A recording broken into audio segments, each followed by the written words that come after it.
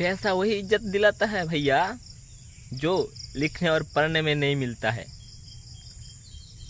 টাকা এইরকম মান সম্মানের জিনিস যেটা আপনার কাছে যদি থাকে তো আপনি বিশাল মহান ব্যক্তি, কিন্তু আপনি যদি লেখাপড়া হয়ে থাকেন তো আপনি সেই সম্মানটুকু পাবেন না।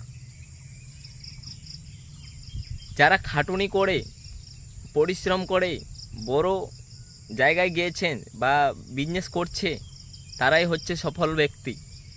আর যারা লেখাপড়া করে সেই সেই ব্যবসায়ের পিছনে চাকর খাটছে বা আমরা যেটাকে বলি চাকরি করছে, তো এদের মতো ভীতু মানুষ আর দুনিয়ায় নেই।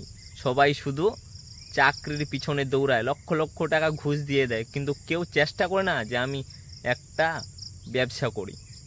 বা আমরা ব্যবসা করতে প্রচুর ভয় পাই।